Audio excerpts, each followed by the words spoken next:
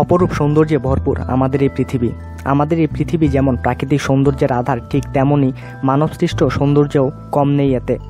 প্রাচীন মানুষদের তৈরি করা কত শত দর্শনীয় স্থানে পরিপূর্ণ আমাদের এই বসুন্ধরা।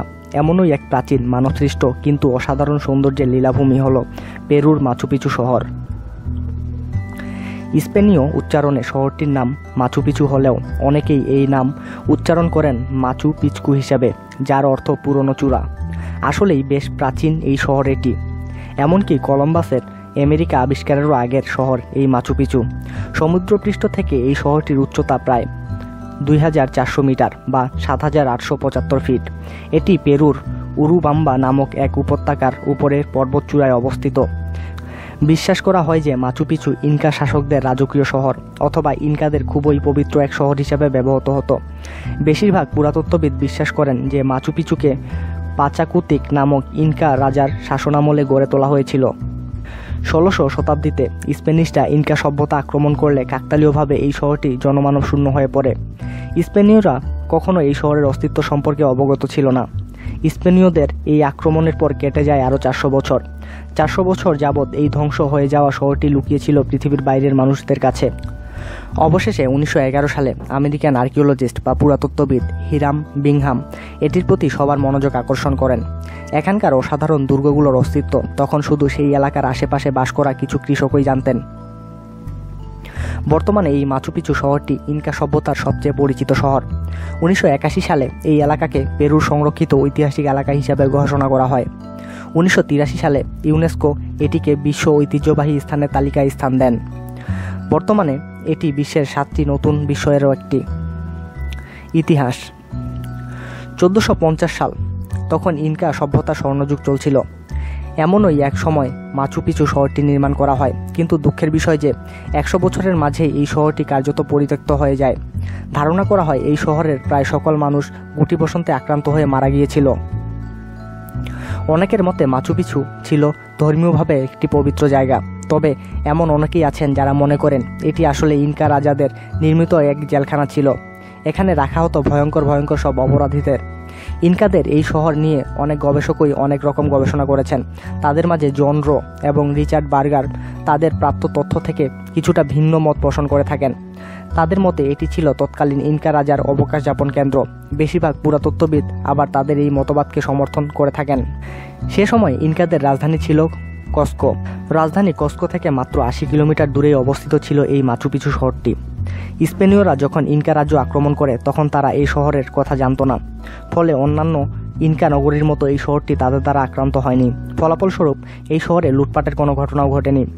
এরপর অনেক বছর পর এই শহর জনমানবহীন ছিল, ফলে শহরটি ধীরে ধীরে জঙ্গলে পরিণত হয় এবং ঢেকে যায়। 24 জুলাই 1911 ইনকা সভ্যতার বিখ্যাত মাচু পিচু শহর আবিষ্কার করা হয়।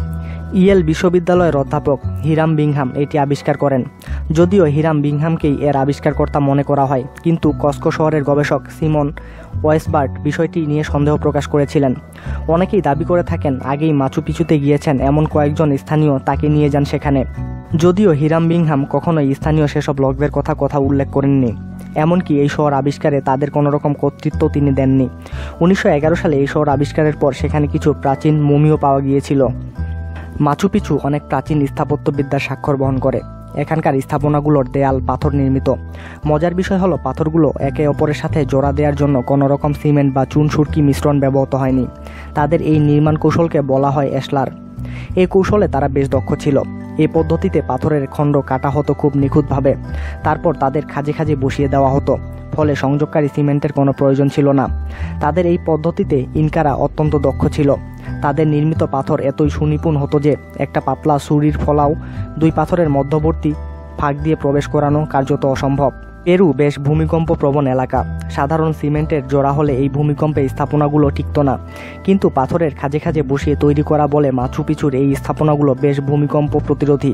এ কারণেই ইনকাদের এই শহর গত 400 বছরে অসংখ্য ভূমিকম্প সহ্য করেও বহাল তদবিরে টিকে রয়েছে।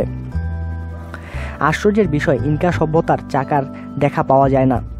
তারা কখনোই তাদের ব্যবহারিক কাজে চাকার ব্যবহার করেনি। কিন্তু তাহলে কিভাবে ইনকারা এত বিশাল বিশাল আকৃতির পাথর এক স্থান থেকে অন্য স্থানে সরিয়ে নিয়ে গেছেন, তা এক বিশাল রহস্য। যদিও মনে করা হয় এই পাথরগুলো পাহাড়ের সমতল 2 পাথরের মধ্যবর্তী স্থানে সরিয়ে নিয়ে গেছেন। ঢাল দিয়ে ঠেলে ঠেলে উপরে তোলা হয়েছিল, আর এ কাজে তারা ব্যবহার করেছিল শত শত শ্রমিক। কিন্তু কিছু কিছু পাথরের গায়ে হাতলের মতো গাঁট দেখতে পাওয়া যায়। এমন হয়ে থাকতে পারে এই গাঁটগুলো ব্যবহার করা হয়েছিল পাথরগুলোকে নির্দিষ্ট স্থানে বসাতে।